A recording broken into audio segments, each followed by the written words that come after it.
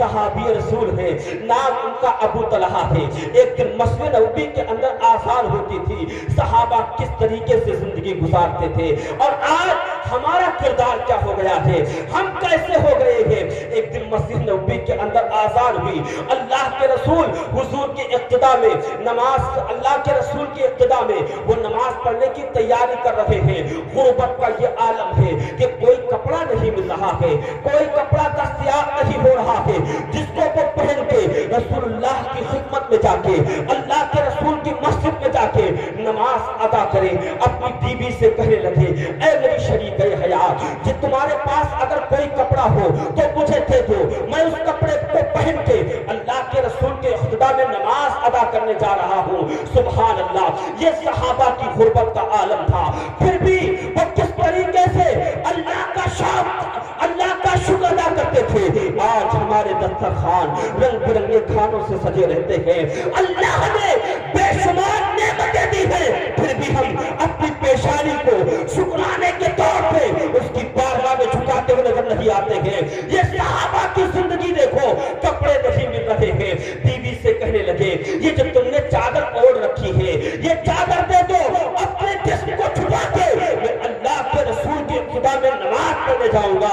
उनको इतनी नमाजों से मोहब्बत थी, इतनी चाहत थी। जब वो पहुंचे मस्जिद नबवी के अंदर, अपनी बीवी की चादर ओढ़ के सरकार ने नमाज पढ़ाई। नमाज पढ़ाने के बाद सलाम फेरा, क्या देखते हैं कि अबू तलहा अपनी बीवी की चादर ओढ़ के चले आए, अपनी बीवी की चादर से अपने जिस्म को छुपाया है। इरशाद फरमाया, ऐ अबू तलहा, क्या तुम्हारे पास कपड़े नहीं थे जो तुम अपनी बीवी की चादर ओढ़ के चले आए, अपनी बीवी का दुपट्टा ओढ़ के चले आए। और कहने लगे, या रसूलल्लाह, मुझे आपकी इब्तिदा में नमाज पढ़ना बहुत पसंद है, मुझे कपड़े की तलाश थी, फिर वक्त कोई कपड़ा नहीं मिल रहा था, जो मिला उसी से अपने जिस्म को छुपा के चला आया। गोया के हुजूर की बारगाह में उन्होंने जैसे ही अर्ज किया, और मेरे नबी का वो दरबार है जहां पर इज्जत मिलती है, मेरे नबी का वो दर है जहां पर शोहरत मिलती है, मेरे नबी का वो दर है जहां पर वकार मिलता है, मेरे नबी का वो दर है जहां पर शिफा मिलती है। इसीलिए तो मेरे इमाम कहते हैं, मेरे करीब है दर, कटरा किसी ने मांगा, मेरे करीब है दर, कटरा किसी ने मांगा। दरिया बहा दिए हैं, तुलबे बहा दिए हैं, उनकी महक के कुत्ते खिला दिए हैं, जिस राह चल दिए हैं पूछे। बेशक सुभान अल्लाह, नारे तकबीर, नारे रिसालत, मसलक आला हज़रत, वास्ती दीना, सुगमी दीना, नारे तकबीर, नारे रिसालत। सरकार की बारगाह में जब पहुंचे तो अल्लाह के रसूल ने कहा, ऐ अबू तलहा, मेरे साथ आओ। और अल्लाह के रसूल के पास उस वक्त सिर्फ 2 जोड़ी कपड़े थे। ये सरकार की सादा जिंदगी है, क्योंकि हुजूर जानते थे मेरी उम्मत में बहुत से गरीब होंगे जिनको कपड़े नसीब नहीं होंगे। जब उनको अपनी गुर्बत पे रोना आएगा तो वो अपने नबी की जिंदगी याद कर लेंगे। और ऐ आयशा, अगर मैं चाहूं तो ये पहाड़ मेरे पीछे सोना बन के चले, लेकिन मुझे ठाट बाट की जिंदगी पसंद नहीं। जब 2 जोड़ी कपड़े थे, सरकार ने अबू तलहा को जब इस आलम में देखा तो 1 जोड़ी कपड़े अबू तलहा को दे दिए। अबू तलहा उन कपड़ों को ज़ेबतन नहीं करते, हाथ में लिए हैं। अब घरों में पहुंचते हैं, घर में पहुंचते हैं। घर का माहौल क्या था? जिस घर के अंदर कुरान की तिलावत हो, जिस घर के अंदर नबी की नातें पढ़ी जाए, तो वो घर रश्क जन्नत हुआ करता है। वो कैसी औरतें थी?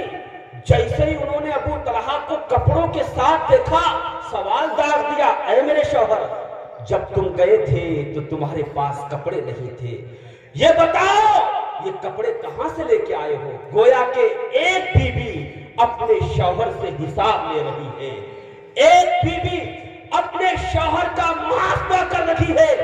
आज की औरतों को इससे मतलब नहीं मेरा शौहर हलाल कमा के ला रहा है या हराम कमा के ला रहा है, उनको अपनी जरूरत का सामान चाहिए, उनकी ख्वाहिश आपको पूरा करनी होगी। लेकिन पहले की ऐसी औरतें नहीं थी। जब उनका शौहर कमा के लाता था, कुछ लाता था, तो वो पूछती थी, ऐ शौहर बताओ, ये जो तुम अपने बच्चों को खिला रहे हो, ये जो तुम मेरे लिए खाने पीने का इंतजाम कर रहे हो, ये हलाल रोजी का है या हराम रोजी का है? जब तक के ये मुआशरे का सिस्टम था, बेटे गौसे आजम पैदा होते थे, बेटे गरीब नवाज पैदा होते थे, बेटे गादेश को मोहब्बत पैदा होते थे। और आज जब से घरों का माहौल खराब हुआ है, मुआशरे का माहौल तब्दील हुआ है, खराबियां ही खराबियां पहुंचे, तो कहां से लाए हो? कहा मुझे ये कपड़े अल्लाह के रसूल ने दिए हैं। तो उन्होंने पलट के कहा, अरे अबू तलहा, क्या तुमने अल्लाह के रसूल की बारगाह में अपनी गुर्बत का रोना रोया था?